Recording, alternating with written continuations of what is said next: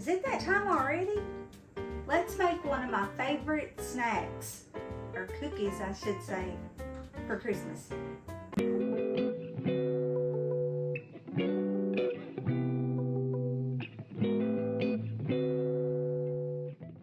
Hey y'all, it's April and I'm back. I'm back in the kitchen, at least for now.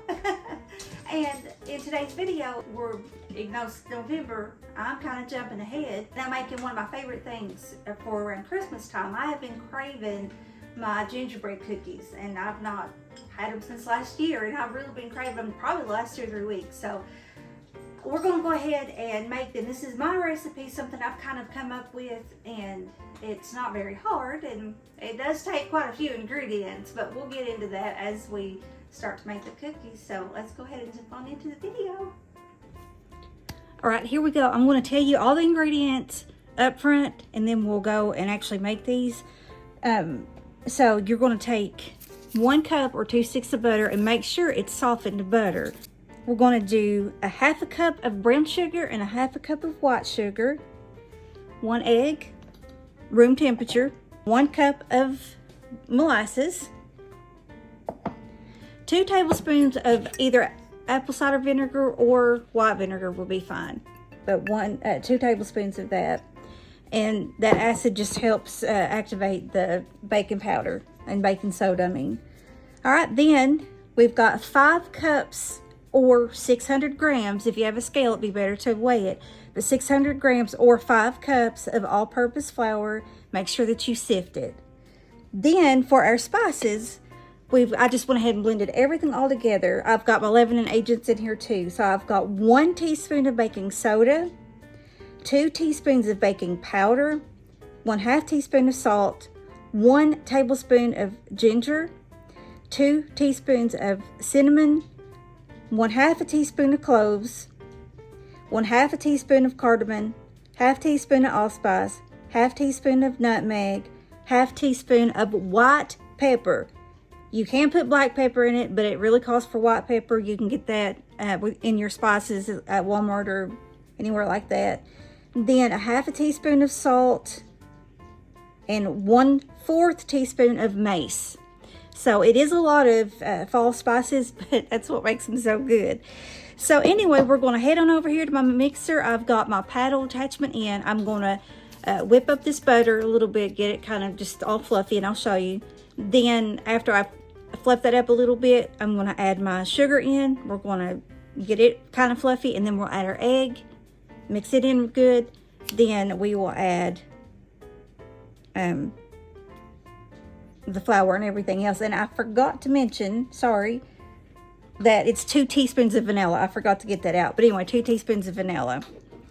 All right, so let's go ahead and run over here and get started. So I'm going to just plop my butter in here, and I don't think I mentioned it is unsalted butter. If all you have is salted butter, that's okay. Just cut out the salt, but it's best if you have unsalted butter, and then you can add as much salt or as little salt as you like. So let's go ahead and close this down, lock it. I'm going to turn it on. Kind of like that whip up. Next, I'm going to add my sugars.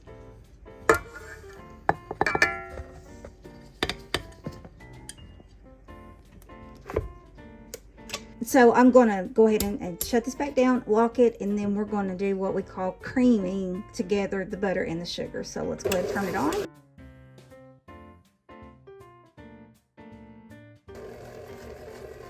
Now it's all whipped up. I'm going to stir down the sides, and then I will add the egg. Did I say stir down the sides? I meant scrape down the sides. And you want to make sure that you get in that bottom there, because sometimes this the paddle doesn't really reach all the way down to the bottom. So make sure you get in there really good. All right, I'm going to add my egg. Let's close this back down and turn it back on. Let that beat up together. You don't want to beat it too much, because what this is doing is putting the air in it, and of course you want it fluffy for a softer cookie, but you don't want it so fluffy that has too much air in the cookie. So we will scrape down the sides again, and next I'm going to add the molasses. Okay, I've got that on one, and I am slowly stirring in my molasses. Now I'm going to drizzle in the apple cider vinegar or white vinegar, either one, but it's 2 tablespoons. So I'm going to let that kind of swirl together, and then we're going to add our flour mixture, and then we'll be done for the most part. Before I add the flour to the mixture, I want to go ahead and put my spices and my leavening agents in with the flour and get that mixed really, really well. It's important to do this, that way you are distributing the spices evenly. All right, I've got this back on one, and I'm going to add in the flour.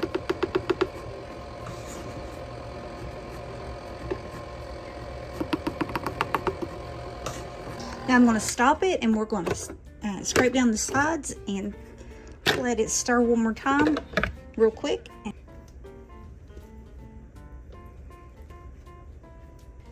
And make sure you get that bottom good.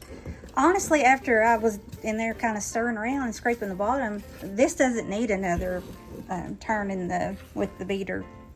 So let's go ahead and get some saran wrap, and we're going to divide this and put it in some saran wrap, kind of roll it out a little bit, and we have to chill this. So we'll get me some saran wrap, and I'll be right back. Okay, I'll show you what I've done. I took out a big thing of saran wrap. I've got one of those big, like food service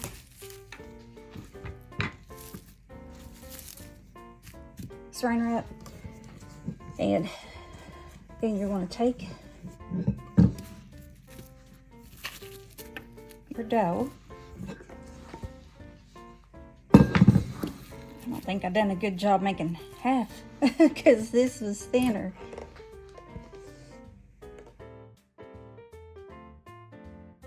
Get you another piece.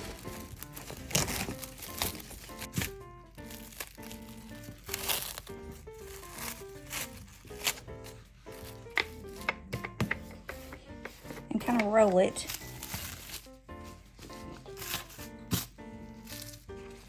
I stick this on my counter, kind of like over, and put my belly against it, and that helps to hold it as I roll.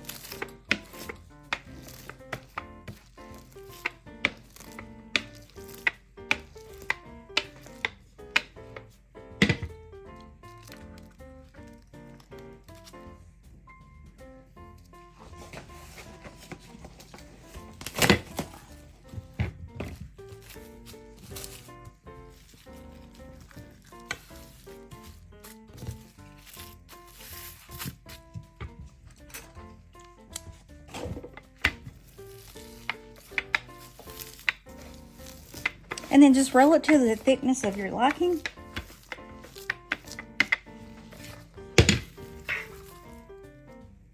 It's probably about, I don't know, 1/4 inch thick.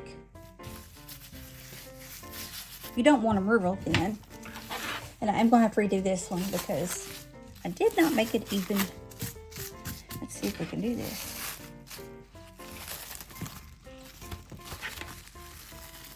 By George, I think we can. Ow.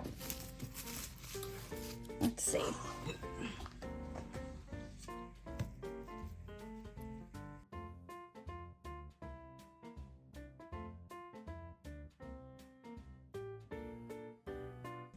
Okay, that's pretty much all you need to do. And because once we get it out and we put flour on our countertop and plop this out, we can roll it just a little bit better, more smooth. But this is good enough for it, because when it's straight out of the fridge, if you've ever dealt with cookie dough, it's hard to try to get that big old ball to flatten out. So this is already flat, and I'm going to stick one on top of the other, and we're going to stick these in the refrigerator. There it is. You want it to say at least a couple of hours to overnight. It will depend on how my day goes, if I do finish these today or if I will wait and do them tomorrow. But regardless, I'll see you in just a little bit. Y'all, gotta tell you something. I had a little bit of the dough left on my beater and a little bit left in the bowl. So I kind of scraped it all out and I put it on parchment paper and put it in my air fryer. Baked it on the bake setting at 325 for about roughly 10 minutes. It is so good. So that might be something you want to try. Take part of the dough and be quick to put it in the air fryer. I should have done that to start with. I pretty much got it where I want it. I'm just going to roll it out a little bit right in here. And that's what I should have done to begin with. That makes it a lot easier rolling out your cookie dough. And again, when I put it in paper like this, I like to let it drape over the edge of my counter and push my belly against it and let that big belly kind of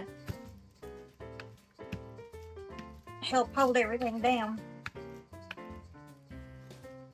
Okay, I think that's pretty good.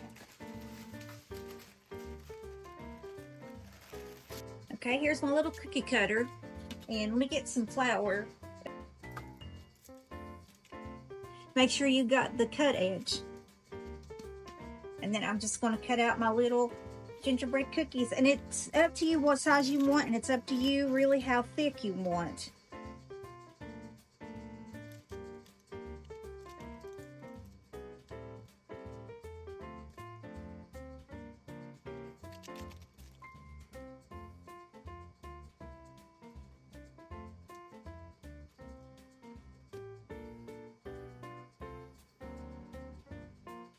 Okay, I'll be back whenever I get these done.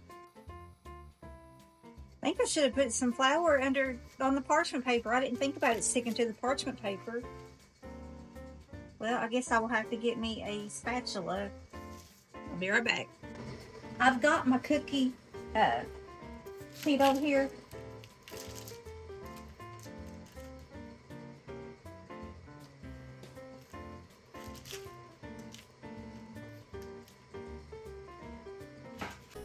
Alright, I got all the cookies that I could out of that. So this time I'm going to sprinkle some flour over this parchment paper. I didn't think it would do that on parchment. Anyway, then I'm going to mix this.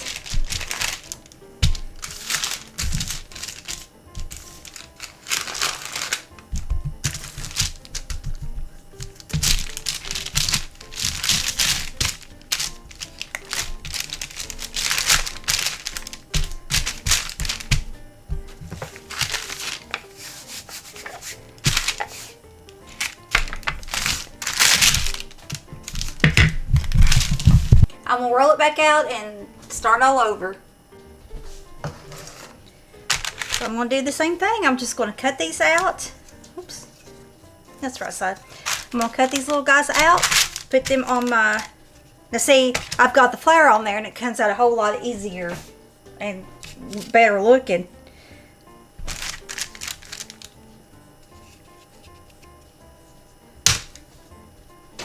Which these aren't exactly for show anyway.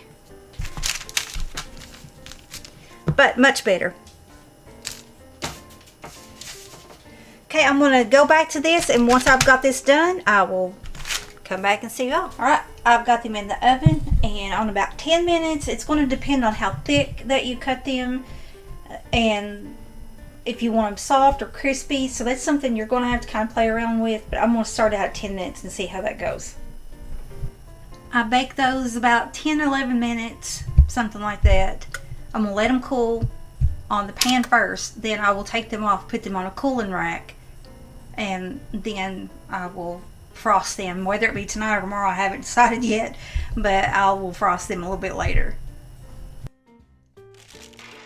Now, as you can see, hopefully you can see, these ones that look a little bit more like they got little holes in them, that was the first ones I cut out, so they didn't have as much flour, and of course they were sticky. But then these are the ones when I added a little bit more flour to it and then cut them out. So this recipe does need just a little bit of flour whenever you pull it out of the refrigerator. And it will make two of these. I don't know, depending on the size of your cookie cutter. This was the one batch. Remember I done 2 batches. This is one batch. The other batch I'm going to put in the freezer and freeze, and then bring it out and let it thaw in the refrigerator before I make another batch, because right now this is all that we're going to need.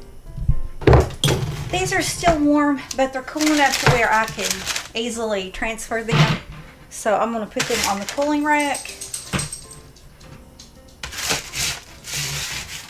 and let them cool before I put the frosting on them.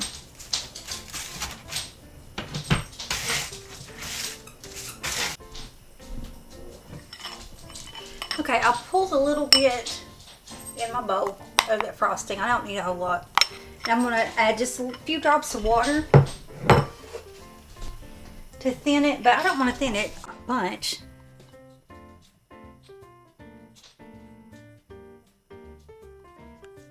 Okay, so just a drop of water. Whoops, that may have been, that's probably way too much water. Yeah, I didn't need to do that. It looks like marshmallow cream.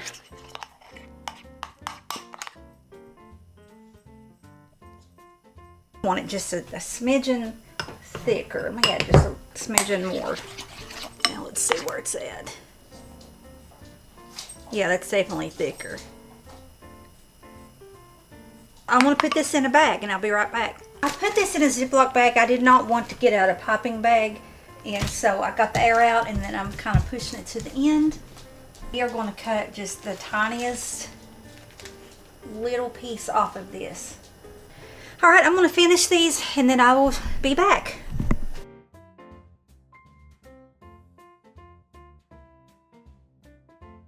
Again, they're not the the best frosted, but it's okay. For one thing, like I said earlier, I had the consistency just a little bit too thin, but it's all right. They're still cute, kinda. And then that round one, I just put a bunch on it and kind of spread it out. And that little guy didn't have any arms or legs, so I don't know what happened, but it almost looks like a penguin from here. So I'm gonna let the icing dry, and then I'll put them in a plate and then show you, and then I'll put them in an airtight container.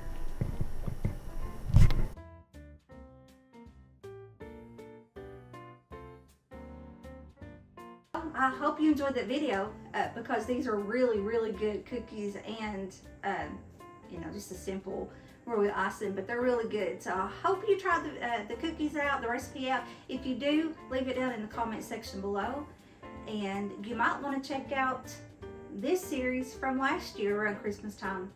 So anyway, I hope you guys have a blessed rest of your day, and I'll talk to you in the next one. Bye. Hey, if you like this video, you may want to check out my previous video or my previous series. Talk to you soon.